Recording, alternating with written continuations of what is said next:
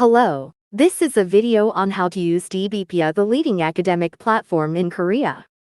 Today's training will systematically explain how to collect materials through the leading Korean academic platform, DBpia, when writing credibility-based texts such as reports and theses.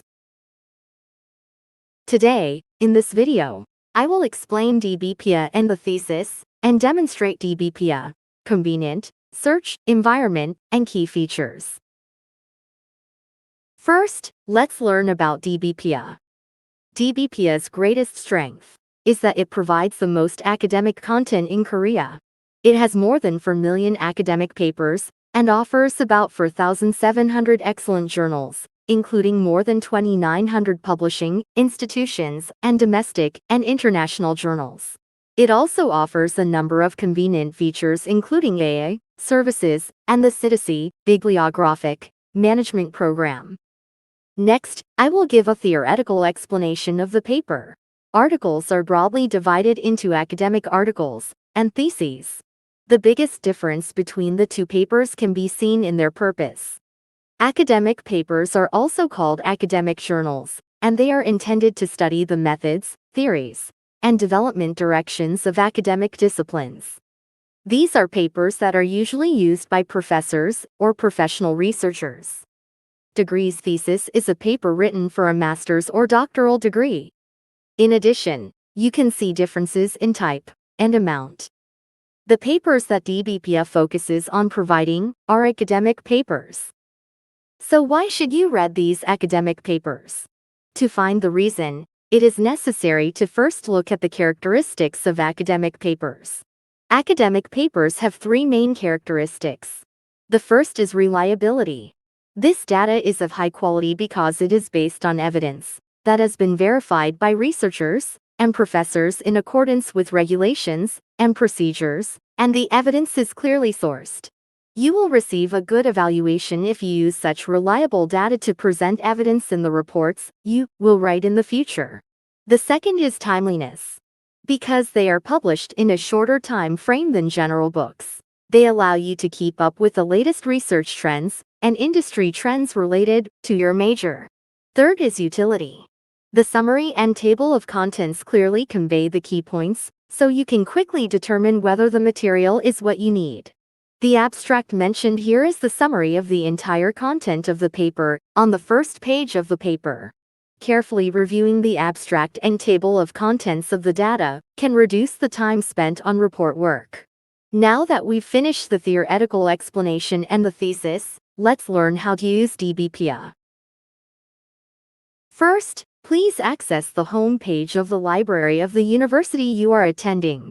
Although the structure varies slightly from university to university, you can usually find DBpia by selecting the Electronic Data or Web DB menu. If you have found DBpia, you can click and enter your student number and password to go to the DBpia homepage. This is the screen accessed on DBpia. If you access the page from within the university, you will see the name of the university you are attending in the upper right corner of the page. After registering as a DBpia individual member and verifying your school affiliation, you can use the service for free anytime, anywhere through your DBpia individual ID. You can also enjoy personalized services such as My Library, AI chat history, and papers of interest. There are two main ways to search for papers on DBpia. The first is to use the search bar, and the second is to use the AI service. In this video, I will explain how to use the search bar. We provide a separate video on how to use the AI service, so please be sure to watch it as well. The search bar is a very familiar search method for you. Use the keyword search function, but you can also perform an efficient search by applying multiple criteria using the advanced search function shown below. You can enter up to 5 search terms in the advanced search. The condition values shown on the right are divided into A, ND, OR, and NOD conditions. If you enter the keywords A and B, papers containing both keywords will be retrieved. Using OR will search for relevant papers that contain either keyword A or B. Finally, and not is an instruction to not search for keywords that follow not. Shall we try the practice? For example, if you want to search for papers that include the keywords artificial intelligence and ethics but exclude the keyword law, you can specify the condition values as shown on the screen. Now that you've finished setting up, click Search. As a result of the search, you can see that about 1,000 papers have been recommended. It is very difficult to read all 1,000 papers. Here, we will experience the process of selecting the data I need through the filter function on the left side of the screen. First, let's look at the usage patterns. The usage type is divided into using the original text and using external link data, where using the original text means using the original text viewer function directly on DBpia. On the contrary, external links are not materials provided directly by DBpia, so when you click on a paper after filtering, you will be redirected to the site that provides the paper. Next is the topic classification. As shown on the screen, the number of materials searched by subject of study is displayed. You can select your department or field of interest to filter the data. I will click on Education and filter it. If you scroll down, you can also apply filters based on the year of publication. You can also filter by clicking on the latest issue, year, or enter the year directly using the input window shown below. Let's apply the filter using data from the last 3 years.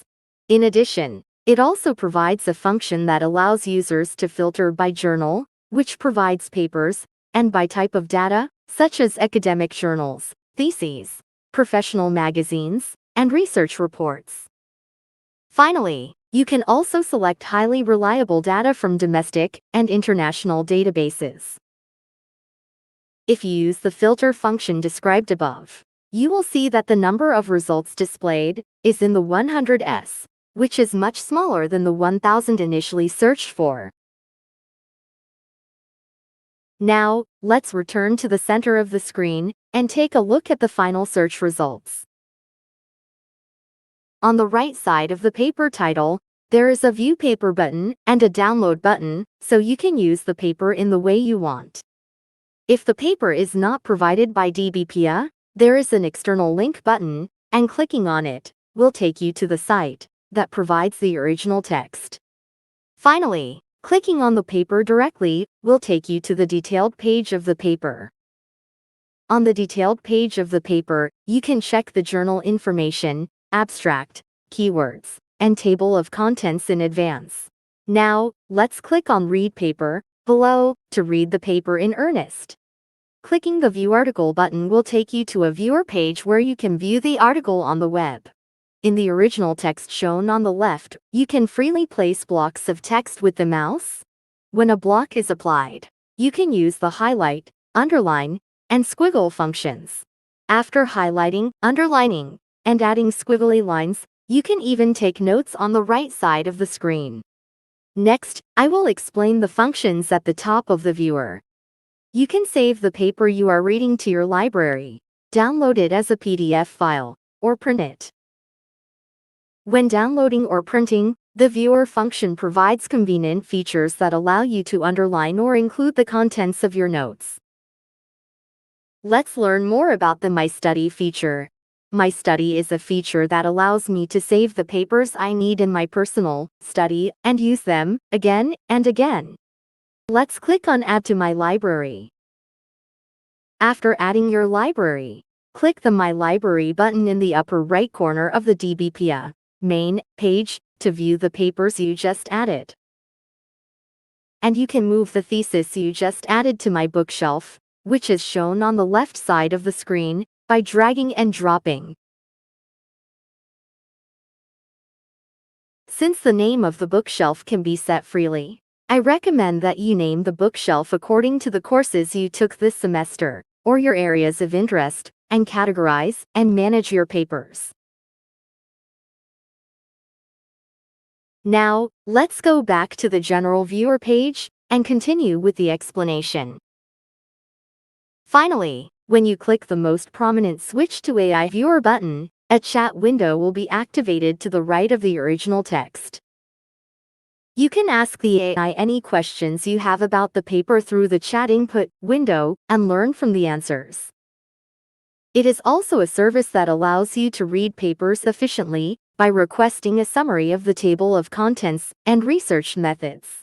The AI service provides more specific instructions on how to use the service through a separate video, so be sure to watch it. We have now covered the main features provided by DBpia. I hope this helps. I will come back with more useful information in the next video. Thank you for watching.